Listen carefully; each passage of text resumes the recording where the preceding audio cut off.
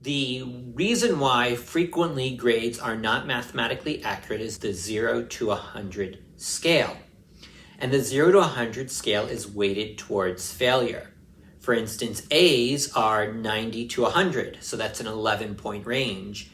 B's, C's, D's are 10-point ranges, whereas F's are a 60-point range. On a practical level, if a student gets a really low F, that's a hard hole to pull oneself out of.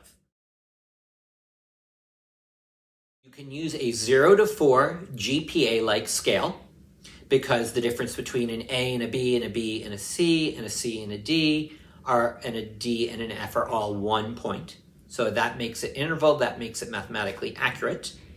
Another option is something known as minimum grading, where if someone scores below a 50% or even doesn't do an assignment, you bring that grade up to a 50% so that F also has a 10-point range. Now you may say that, how is that possible? How do you give points for work not completed? But the fact is that F as a 0 pulls people down so much they can't recover. In addition, in terms of mathematical accuracy, when you have that 0 there, the grade really doesn't reflect knowledge. So think about you have 5 assignments in your class, all worth 20%.